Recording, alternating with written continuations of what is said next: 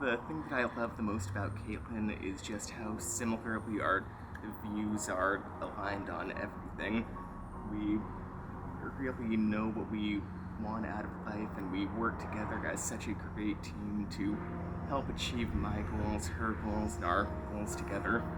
Oh, okay, so Caitlin and I's first date, it was at a movie theater, and we'd never met each other before. We were meeting at the theater, and I was running late. It was downtown, and I was so nervous going in there. I was running late, and I walked to the movie theater, got so nervous, I walked back to my car, and I made it back to my car, and I realized, okay, you know what, I need to go meet Caitlin. So I turned around and went back to the movie theater. The movie was already starting, and I found Caitlin in the back, sat down next to her, and we watched the movie, and afterwards, just instantly a connection between us. And this came out a little later, but she did the same thing. She was so nervous, she walked there and left before coming back. It's just such a funny coincidence, I think. Both of us were so nervous about that both of us nearly bailed, and we decided to go through with it, and I'm so happy we did. Kennedy wrote that marriage responds to the universal fear that a lonely person might call out in the night and find no one there. It offers the hope of companionship and understanding and assurance that while both still live, there will be someone to care for the other. He also wrote that marriage's nature is such that through its enduring bond, two persons together can find other freedoms such as expression, intimacy, and spirituality. I do promise and covenants Before these witnesses, to be your loving and faithful wife, in sickness and in health, in plenty and in want, in happiness and sorrow, as long as we both shall live. And Rory, if you'll repeat after me. I, Rory, take you, Caitlin, to be my wedded wife. And I do promise and covenant before these witnesses to be your loving and faithful husband, in sickness and in health, in plenty and in want, in happiness and in sorrow, as long as we both shall live. I want to start by mentioning something I read, which I've been thinking about quite a bit recently, which I know you've heard me talk about before. In fact, you probably wish that I could shut up about this by now. In one of his works, Plato wrote that in the distant past, men and women were physically joined together as two people living in one body.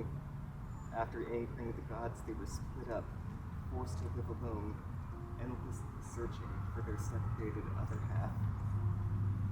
Love, he said, is the desire and pursuit of this innate memory, this primitive condition when we were whole. And that's how I feel with you, whole. Nearly 7 years ago, we were driving around Sacramento, talking about the neighborhoods that we wanted to live in together someday. It wasn't much longer after that we knew this day, our wedding day, was in the future for us. A lot has changed since then. As you can tell, we're not in Sacramento right now. But what hasn't changed in all that time is how I feel about you. After all this time, I still wake up every morning happy and thankful to have you in my life. It's been such a pleasure to grow and to watch you grow over the last 7 years, and there's no one else I would rather face the challenges and joys of life with. I promise to always support you on your journey and in ours together, and to always strive to be the best husband that I can be. I promise to cherish and respect you, to trust and encourage you. I promise I'll always make you laugh by doing funny walks and poses, and that I'll listen to you sympathetically when you need to vent after work and try to keep my comments to a minimum. You don't. Most importantly, I I promise to always love you. I'm so lucky getting the chance to continue building a life together with you, and I'm looking forward to having you by my side for many, many more years to come. Rory, Patrick, Spencer. Throughout the 7 years we've been together, we exchanged multiple handwritten letters. Despite this, it's still so difficult to fully articulate my love for you. To make it easier on myself, I want to focus on 2 specific moments in our relationship. First, I remember struggling to muster the confidence to tell you that I love you.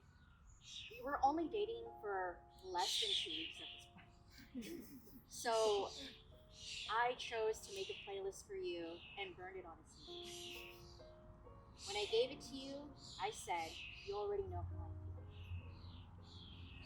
We spent the remainder of that day holding each other close, knowing that this relationship was going to be truly special. Throughout these 7 years together, you've supported me as a college radio music director, a library circulation desk worker, and a law student. I remember the day you asked me to marry you.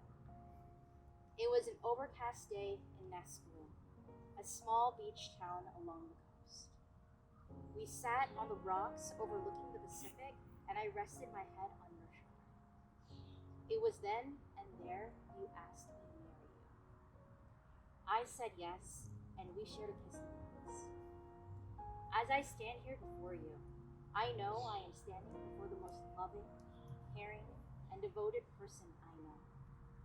Even though I tease you all the time for being sarcastic and stubborn, your capacity to love knows no bounds. I'm grateful we met. I'm grateful that we gave each other a chance. And I look forward to seeing what the future holds for us.